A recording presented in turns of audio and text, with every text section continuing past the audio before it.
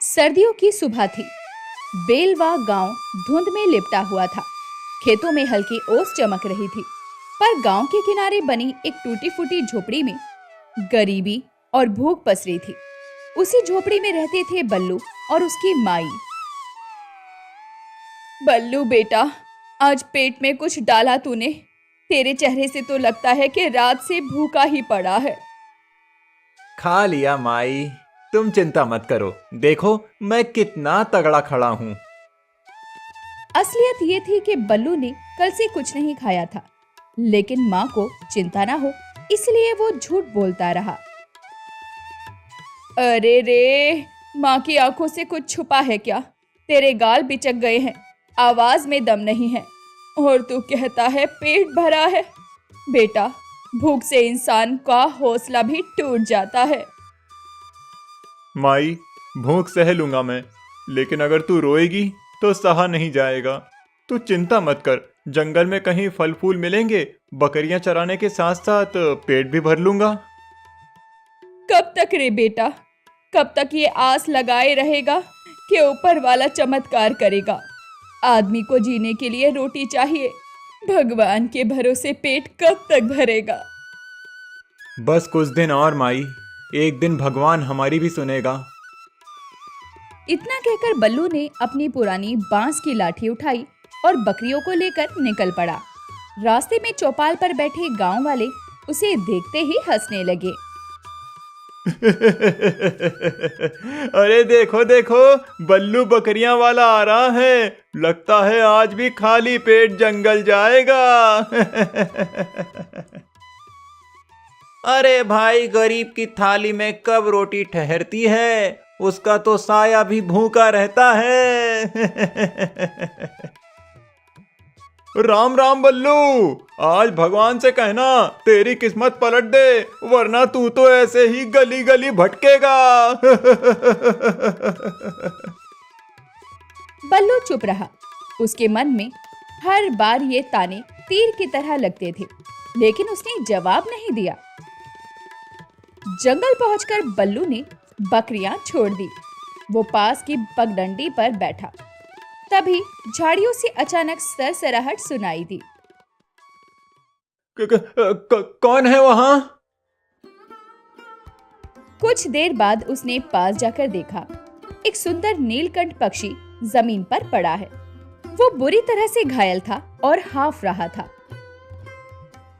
अरे तुझे क्या हुआ रे? डर मत, मैं तुझे कुछ नहीं करूंगा। उसने अपना गमछा उतारा और पंछी को बहुत प्यार से उसमें लपेट लिया। उसकी आंखों में दया साफ झलक रही थी। घर पहुंचकर बल्लू ने माई से कहा, माई देखो, ये पंछी जंगल में मिला। लगता है नीलकंठ है, इसका पंख घायल हो गया है। हे भगवान, नीलकंठ! बेटा, ये तो पवित्र पक्षी है, इसका ध्यान रखना वरना पाप लगेगा। माई, जब तक मैं हूं इसे कुछ नहीं होगा। बल्लू ने नीलकंठ के पंख पर हल्दी और तेल लगाया और उसे पानी पिलाया और बाजरे के दाने दिए, और वो उसके पास बैठा रहा। शाम ढलने लगी। अब छोड़ दे बेटा, तू खुद ही भूखा है, कुछ खा ले वरना और बीमार पड़ जाएगा। माई, जब तक ये सांस ले रहा है मैं इसे अकेला नहीं छोड़ सकता। मैं ठीक हूँ, तू चिंता मत कर। रात गहरी हो चुकी थी। माई सो चुकी थी, लेकिन बल्लू अभी भी पक्षी के पास बैठा था। तभी पक्षी ने हल्की हरकत की। अरे तू जाग गया? अच्छा है, अब तू बच जाएगा। लेकिन अगले ही पल बल्लू का दिल धक से रह गया। नीलकंठ ने सर उठाया और उसकी आंखों में गहराई से देखा, और फिर इंसानी आवाज में बोला, बल्लू, तेरी सेवा ने मुझे छू लिया है। ये तू बोल रहा है? मैं सपना तो नहीं देख रहा? नहीं बल्लू, ये सपना नहीं है, तूने मुझे जीवन दिया, इसीलिए आज मैं तुझे एक वरदान देता हूँ। ये ले, ये लाठी। नीलकंठ ने अपने पंखों से रोशनी फैलाई और बल्लू के पास पड़ी पुरानी बांस की लाठी चमक उठी। उसमें एक अनोखी ताकत भर गई। ये चमक क्यों रही है? अब ये साधारण लाठी नहीं रही। जब तू इसे नेक काम के लिए इस्तेमाल करेगा, ये तेरा साथी बनेगी। तूने भूख, दुआ और दर्द देखा है। अब इस लाठी से दूसरों का सहारा बन। लेकिन याद रखना, अगर इसमें लालच का इस्तेमाल किया तो ये लाठी तेरा सबसे बड़ा बोझ बन जाएगी। मैं वादा करता हूँ नीलकंठ भाई, मैं इस लाठी को सिर्फ भले कामों में चलाऊंगा। नीलकंठ ने पंख फैलाए और नीली रोशनी में गायब हो गया। झोपड़ी में सिर्फ बल्लू और उसकी चमकती लाठी रह गए। सुबह की धूप हल्की हल्की फैल रही थी। बल्लू अपने हाथ में चमकती लाठी लेकर खड़ा था।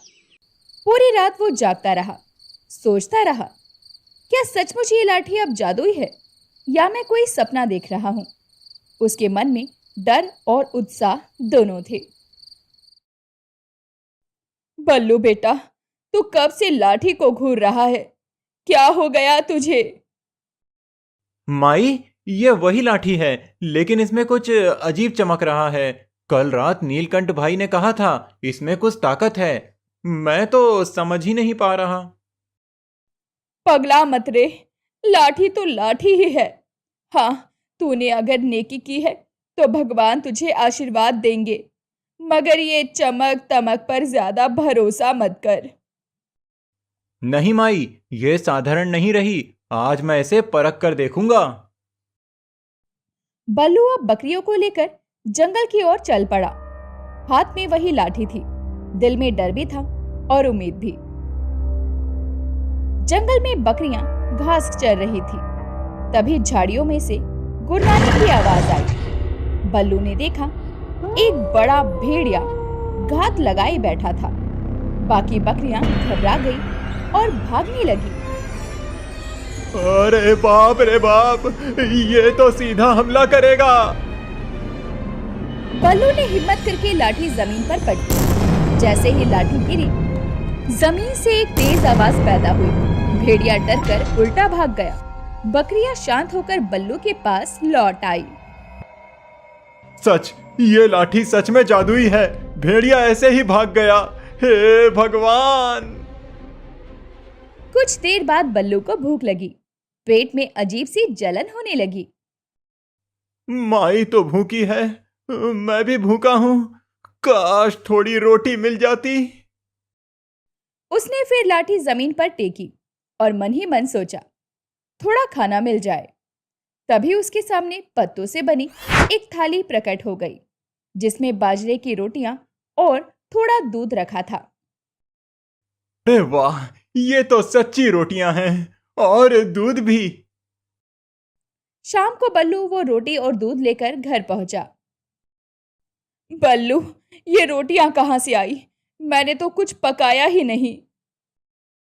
माई, बस समझ ले कि भगवान ने भेज दी। धीरे धीरे गांव वालों को खबर लगी कि बल्लू के घर चमत्कार हो रहा है। सुबह कुछ गांव वाले बल्लू की झोपड़ी के बाहर खड़े होकर बल्लू को पुकारते हुए कहते हैं,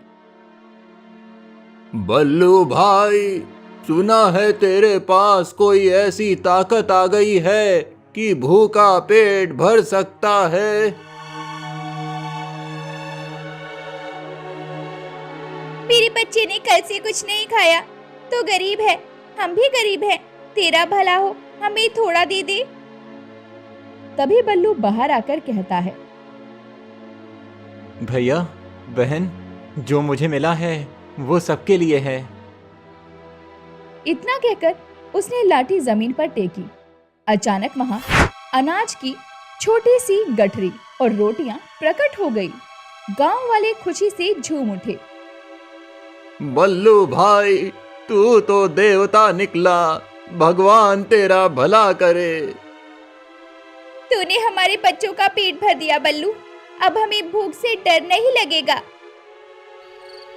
रात को झोपड़ी के अंदर बल्लू और माई बैठे थे। तभी माई ने धीरे से बल्लू को कहा, बल्लू बेटा, आज गांव वाले तुझे दुआएं दे रहे थे, पर याद रख, वरदान हमेशा नेकी के काम में ही काम आता है। ये चीज बहुत जिम्मेदारी की है। माई, मैं वादा करता हूँ, जब तक जिंदा हूँ इस लाठी से सिर्फ भूखों का पेट भरूंगा और मुसीबत से बचाऊंगा।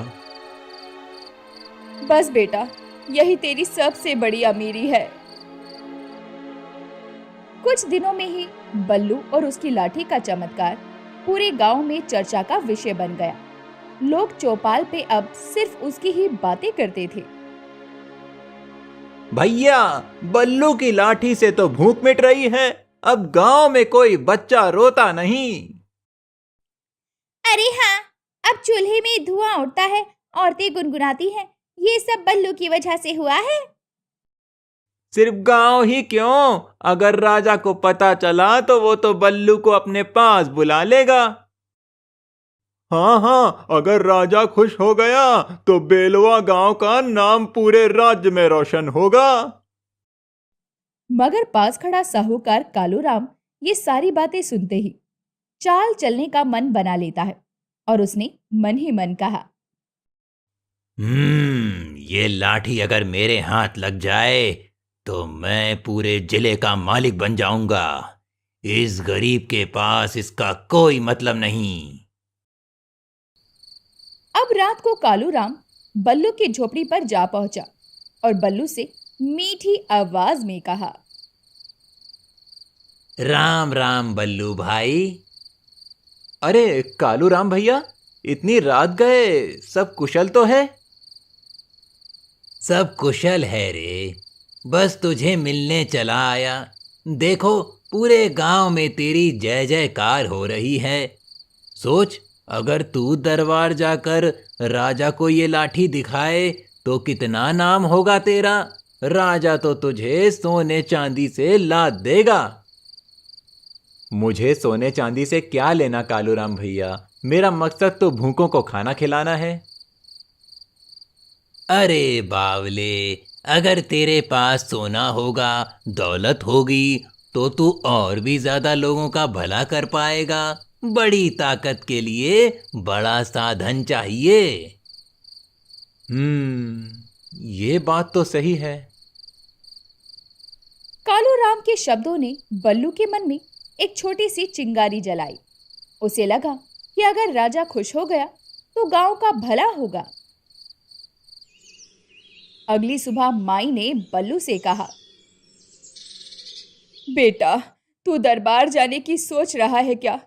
लेकिन एक बात याद रखना, वरदान का मतलब जिम्मेदारी है। तू इसे दिखावे के लिए मत ले जा। राजा का मन कब पलट जाए, कोई भरोसा नहीं है। माई, मैं सिर्फ गांव का भला चाहता हूं। अगर राजा खुश हो गया तो बेलवा गांव भी सुखी रहेगा। ठीक है बेटा, जा, पर याद रख, लाठी तेरी परीक्षा लेगी। लालच आया तो सब खत्म हो जाएगा। उसी दिन राजा के सिपाही गांव पहुंचे। उन्हें पहले ही खबर मिल चुकी थी कि बेलवा गांव में कोई गरीब चरवाहा चमत्कार कर रहा है। राजा ने खुद बल्लू को दरबार में बुलाया था। भव्य महल के भीतर राज सिंहासन पर राजा बैठे थे।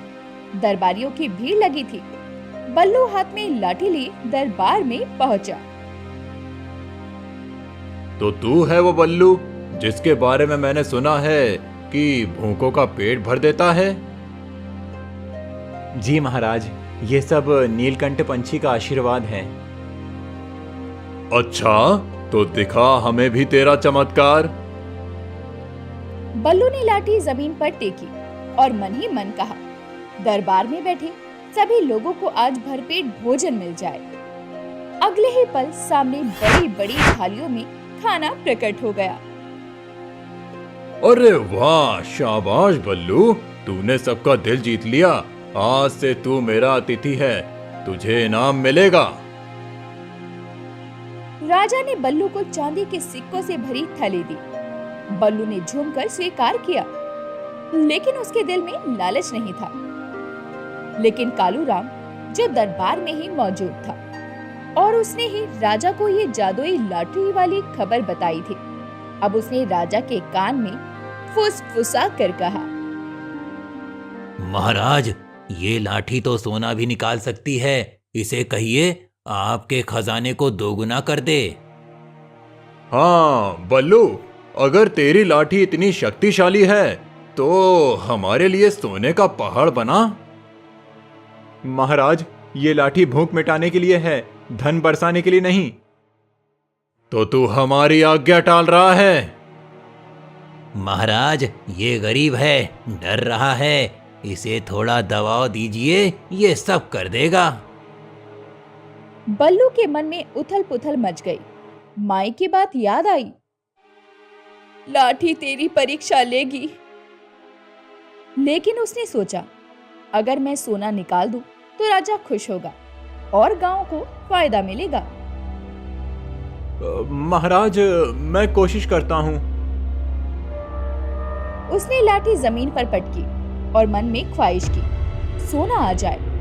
लेकिन जैसे ही उसने ऐसा किया, लाठी भारी हो गई और उसके हाथ से छूटकर गिर पड़ी। फर्श में दरार पड़ गई।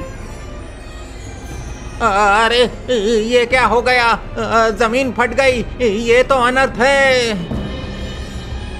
धोखेबाज, तूने हमें छलने की कोशिश की। अगर तेरी लाठी काम नहीं करती तो ये सब दिखावा था। नहीं महाराज, मैं झूठ नहीं बोल रहा। ये लाठी सिर्फ जरूरत के लिए है, लालच के लिए नहीं। लेकिन राजा का गुस्सा शांत नहीं हुआ। दरबारियों ने भी शक जताना शुरू कर दिया। कालूराम मन ही मन मुस्कुरा रहा था, क्योंकि उसकी चाल कामयाब हो रही थी। बल्लू, अगर तू सच में सच्चा है तो साबित कर, वरना तुझे कैद कर दूंगा। महाराज, मैंने जो किया है सिर्फ लोगों के भले के लिए किया। कृपया कर मुझे दोषी मत ठहराइए। बस, अब ये राजा के फंदे में फंस गया। दरबार में अफरा तफरी मच गई। बल्लू का चेहरा पीला पड़ गया। उसके हाथ में पड़ी लाठी अब साधारण सी लग रही थी और राजा की आंखों में शक और गुस्सा दोनों चमक रहे थे। बल्लू, तूने हमें मूर्ख बनाया है। पहले खाना दिखाया, फिर सोना मांगने पर यह सब ढकोसला। नहीं महाराज, मैं कसम खाकर कहता हूँ, मैंने किसी को छलने की कोशिश नहीं की। ये लाठी बस जरूरत पूरी करती है, लालच नहीं। पर महाराज, खाना तो आया था, क्या पता सोना भी आता। कहीं ये गरीब झूठ बोल रहा हो। महाराज, ये गरीब भोला बनकर हम सबको बेवकूफ बना रहा है। इसके पास जरूर कोई गुप्त मंत्र है। इसे कैद कीजिए, तभी असली राज खुलेगा। सिपाहियों, इसे पकड़ लो। 4 सिपाही तुरंत बल्लू की ओर बढ़े। बल्लू पीछे हटते हुए लाठी उठाने लगा, लेकिन लाठी अब भारी लग रही थी, मानो उसने बल्लू से दूरी बना ली हो। हे नीलकंठ भाई, ये क्या हो गया? तूने कहा था ये लाठी मेरी साथी बनेगी, अब ये साथ क्यों छोड़ रही है? बल्लू की आंखों में आंसू थे। उसने लाठी को कसकर पकड़ा और दिल से कहा, हे भगवान, मुझे झूठा मत साबित कर। तभी अचानक दरबार के बीच से नीली रोशनी फैली। सबकी आंखें चौंधिया गई। वहां नीलकंठ पक्षी चमकती रोशनी में प्रकट हुआ। रुको, ये गरीब झूठा नहीं है। पूरा दरबार चुप हो गया। सबकी नजरें ऊपर उठी। ये कौन सा चमत्कार है? ये वही चरवाहा है जिसने मुझे मौत से बचाया। मैंने इसे वरदान दिया, मगर इसके साथ एक शर्त भी दी थी। लालच मत करना, ये गरीब अब तक अपनी नियत पर खरा रहा, लेकिन आज तुम्हारे लालच ने इसे कमजोर कर दिया। नीलकंठ भाई, मुझसे भूल हो गई। मैंने सोचा था राजा खुश होगा तो गांव वालों को फायदा होगा, पर अब समझ गया लालच किसी का भला नहीं करता। नीलकंठ का चेहरा कठोर हो गया। बल्लू, तू नेक है मगर परीक्षा में डगमगा गया। अगर तूने लालच का रास्ता चुना तो ये लाठी तेरे लिए वरदान नहीं, श्राप बन जाएगी। याद रख, ये लाठी भूखों का पेट भर सकती है, जरूरतमंद का सहारा बन सकती है, लेकिन सोना चांदी नहीं दे सकती। इतना कहकर नीलकंठ पक्षी फिर से उस नील प्रकाश में गायब हो गया। तो इसका मतलब यह है ये लाठी हमारे खजाने के काम नहीं आएगी। हम तो इसे बेकार समझते हैं। महाराज, ये गरीब झूठा है। ये वरदान वाली बातें सिर्फ दिखावा हैं। अगर इसे अभी नहीं रोका गया तो ये पूरे गांव और राज्य को उलझा देगा। बल्लू, तू और तेरी लाठी आज से हमारी नजर में गुनहगार हो। अगर तूने फिर कभी कोई चाल चली तो तेरी जान भी नहीं बचेगी। सिपाहियों ने बल्लू को धक्का देकर दरबार से बाहर कर दिया। उसकी आंखों से आंसू बह रहे थे। हे भगवान, मैंने तो सिर्फ सबका भला चाहा, पर अब सब मुझे धोखेबाज समझ रहे हैं। तभी उसकी माई भागकर बल्लू के पास आई, जो बाहर उसका इंतजार कर रही थी। बल्लू बेटा, ये क्या हाल बना लिया है तेरा तूने। मैंने कहा था दरबार की चमक धमक में मत जाना। माई, मैंने गलती कर दी। मैं भूल गया कि ये वरदान लालच के लिए नहीं है। बल्लू अपनी माई के साथ गांव लौटा, लेकिन अब गांव वालों का नजरिया भी बदलने लगा था। अरे देखो देखो, बल्लू वापस आ गया। सोने का पहाड़ बनाने चला था और अब दरबार से लात खाकर लौटा है। राजा ने तो साफ कह दिया ये सब धोखा है, और हम क्या थे जो इसके पीछे पीछे दौड़ते रहे। हमको तो बेवकूफ बना दिया इसने। हमें लगा था ये कोई देवता है, लेकिन ये तो बस चालबाज निकला। अब अपनी लाठी से हमें चावल रोटी दिखाएगा कि धूल झाड़ेगा। कल तक जो उसके पैरों में गिरकर आशीर्वाद मांगते थे, आज वही उसे झूठा, धोखेबाज और चालबाज कह रहे थे। भैया, बहन, मैं झूठा नहीं हूँ। ये लाठी सच में वरदान है। मैंने तो सिर्फ भूख मिटाने के लिए इसे इस्तेमाल किया। मैंने कभी किसी का बुरा नहीं चाहा। चुप कर। अगर सचमुच वरदान है तो दरबार में क्यों नहीं चला? राजा झूठा होता है क्या? राजा से बड़ा सच कौन? अगर तेरी लाठी सच होती तो आज हमारा गांव भी सोने से चमक रहा होता। भीड़ ने हंसी उड़ाई। बल्लू की आंखों से आंसू बहने लगे। माई ने उसे खींचकर घर ले जाना सही समझा। बल्लू बेटा, मैंने तुझे पहले ही कहा था दरबार में मत जा, मगर तूने मेरी बात नहीं मानी। अब देख, सब तुझसे मुंह मोड़ रहे हैं। माई, गलती मेरी ही थी। मैंने सोचा था राजा खुश होगा तो गांव का भला होगा, लेकिन मैं भूल गया कि वरदान लालच के लिए नहीं है। अब लोग मुझे झूठा समझते हैं और ये लाठी मेरे लिए बोझ बन गई है। उस रात बल्लू ने पहली बार लाठी को कोने में पटक दिया, जिस पर कभी उसे गर्व था, अब वही उसकी बेइज्जती का कारण बन चुकी थी। अगली सुबह बल्लू गांव से बाहर जंगल की ओर चला गया। हाथ में लाठी नहीं थी। वो अकेला, टूटा हुआ और बेबस था। हे भगवान, अगर ये वरदान मेरी किस्मत बिगाड़ने के लिए था, मैं तो पहले सिर्फ भूखा था, मगर अब तो सब मुझे धोखेबाज कहते हैं। उसकी आवाज टूट टूट कर गूंज रही थी। जंगल की हवा भी जैसे उसके दुख में करहा रही थी। इसी बीच कालूराम अपने 2 आदमियों के साथ वहीं आ पहुंचा।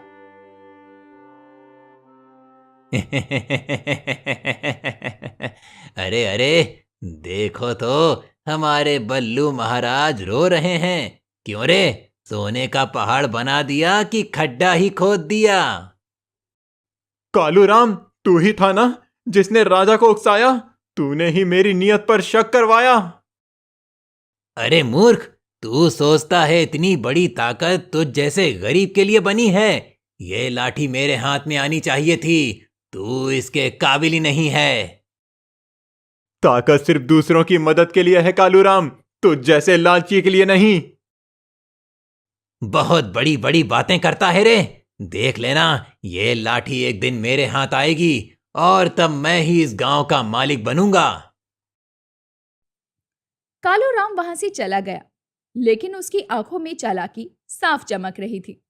बल्लू वहीं बैठा रहा, आंखों में आंसू और दिल में बेबसी।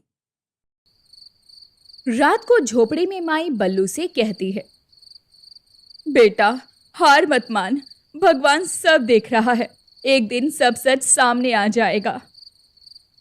माई, अब मैं थक गया हूँ। भूख, ताने और अब ये बोझ। मुझे समझ नहीं आता कि मैं जिंदा क्यों हूँ। नहीं बेटा, ऐसा मत बोल, तू ही मेरी आस है। दिन बीतते गए। गांव वालों ने अब बल्लू से दूरी बना ली। कोई उसकी झोपड़ी में नहीं आता। माई और बल्लू दोनों अकेले पड़ गए। जिस लाठी ने उन्हें गर्व दिया था, वही अब कोने में पड़ी धूल खा रही थी। एक शाम गांव में आग लग गई। लोग भाग दौड़ करने लगे।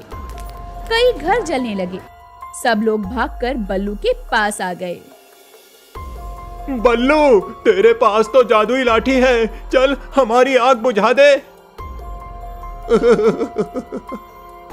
मेरे घर में बच्चे फंसे हैं, जल्दी कर, लाठी से मदद कर। जब मैं सच कहता था तब तुम मुझे झूठा कहते थे।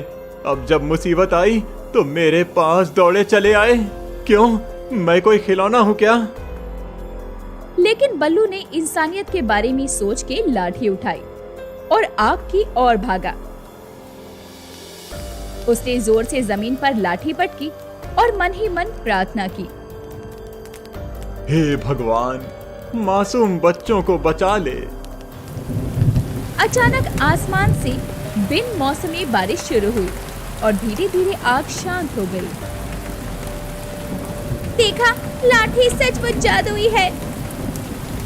तो फिर तू दरबार में क्यों झूठा बना? तूने हमें बेवकूफ क्यों बनाया? मैंने कभी धोखा नहीं दिया, मैंने तो सिर्फ मदद की है। मगर अब ये लाठी मेरे लिए बोझ बन गई है। मैं इसे छोड़ना चाहता हूँ। उसके चेहरे पर आंसू बह रहे थे। लोग उसके चारों ओर खड़े थे, मगर उसकी पीड़ा समझ नहीं पा रहे थे। देख, अगर बल्लू चाहता तो दरबार में भी ऐसा कर सकता था। जरूर इसमें कोई चाल थी। नहीं रे, अगर बल्लू ना होता तो मेरा बच्चा आज जिंदा ना होता। हमें मानना होगा कि ये वरदान सच है। पर कब तक? अगर ये वरदान कभी उल्टा असर कर गया तो गांव का क्या होगा? बल्लू खामोश खड़ा रहा। उसकी आंखें झुकी थी, हाथ में लाठी थी, लेकिन चेहरा बुझा हुआ। तभी कालूराम वहां आ पहुंचा। अरे वाह बल्लू, आज तो तू हीरो ही बन गया। आग बुझाई, बच्चों को बचाया, पर ये लाठी अब तेरे हाथ में क्यों है? इसे मुझे दे, मैं जानता हूँ इसका असली इस्तेमाल कैसे करना है। कालूराम, तेरे जैसे लालची को अगर ये लाठी मिली तो गांव का विनाश हो जाएगा। तू इसे छू भी नहीं सकता। तो क्या तू इसे हमेशा के लिए छुपा कर रखेगा? गांव वाले तुझे देवता समझते हैं, पर कल को ये लाठी तेरा बोझ बन जाएगी। इतना कहकर कालूराम ने झपट्टा मारा और लाठी छीनने की कोशिश की। दोनों के बीच खींचातानी शुरू हो गई। छोड़ इसे, ये किसी का खिलौना नहीं है। चल हट, ये मेरी होगी, तू काबिल नहीं है। तभी अचानक लाठी चमकने लगी और दोनों को जोर से धक्का देकर अलग कर दिया। हे भगवान, अब समझ आया, ये लाठी किसी इंसान के लालच के लिए नहीं बनी। बेटा, वरदान कभी किसी के पास हमेशा नहीं रहता। ये तो भगवान की परीक्षा है। तू अब भी इस परीक्षा में डगमगा रहा है। हाँ माई, मैं हार गया, पहले दरबार में, फिर गांव वालों के सामने। मैं वरदान के लायक ही नहीं। बल्लू ने लाठी को अपने हाथों में उठाई, उसे देखा और जोर से रो पड़ा। उसकी आंखों से आंसू गिरकर लाठी पर टपकने लगे। तभी नीला प्रकाश फैला और नीलकंठ फिर से प्रकट हुआ। उसकी आवाज गूंजी, आंसू में सबसे बड़ा सच छुपा होता है। तूने अपने दिल से कबूल किया कि तुझसे गलती हुई, यही तेरा असली बल है। नीलकंठ भाई, मैंने सब बर्बाद कर दिया। अगर मैं लालच में नहीं पड़ता तो लोग मुझे धोखेबाज नहीं कहते। गलती हर इंसान करता है बल्लू, वरदान ताकत नहीं, जिम्मेदारी है। तू जब तक समझेगा नहीं, ये लाठी तुझे बोझ ही लगेगी। बेटा, अगर भगवान ने तुझे मौका दिया है तो तू फिर से उठ, मेहनत और सच्चाई से जी। वरदान रहे या ना रहे, इंसानियत सबसे बड़ा वरदान होता है। बल्लू ने कांपते हाथों से लाठी नीलकंठ की ओर बढ़ाई। भाई, ये लाठी अब मैं नहीं संभाल सकता, इसे लौटा लो। मैं मेहनत करूंगा, भूखा रहूंगा, लेकिन अब इस वरदान का बोझ नहीं उठाऊंगा। यही तो सच्ची जीत है बल्लू। जब इंसान अपने लालच को हराता है, तभी वो सच्चा बनता है। ये लाठी अब तुझे नहीं चाहिए, क्योंकि तूने असली सबक सीख लिया है। नीलकंठ ने पंख फैलाए और लाठी नीली रोशनी में गायब हो गई और वो खुद भी गायब हो गया। बल्लू के हाथ खाली रह गए, लेकिन दिल हल्का हो गया। गांव वाले सब देख रहे थे। बल्लू, हमने तुझे गलत समझा। तू तो सच्चा इंसान है। तूने वरदान छोड़ा, मगर इंसानियत नहीं छोड़ी। यही तेरा असली चमत्कार है। आज से हम तुझे धोखेबाज नहीं, गांव का सबसे बड़ा सहारा मानेंगे। नहीं भैया बहन, मैं बस वही गरीब चरवाहा हूँ जो पहले था। फर्क इतना है कि अब मुझे समझ आ गया है, वरदान से बड़ा कोई वरदान नहीं है, बस मेहनत और इंसानियत। यही तो मैंने चाहा था बेटा, तूने आखिरकार सही राह पकड़ ली। गांव वाले अब बल्लू की मदद करने लगे। सब मिलकर मेहनत करने लगे। धीरे धीरे गांव में फिर खुशहाली लौट आई। बल्लू अब भी बकरियां चराता था, लेकिन उसके चेहरे पर अब संतोष था। शाम का समय था।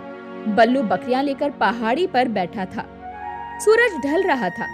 उसने आकाश की ओर देखा और मुस्कुराकर बुदबुदाया। धन्यवाद नीलकंठ भाई, तूने मुझे सिखाया कि असली ताकत लाठी में नहीं, बल्कि दिल की सच्चाई और मेहनत में है।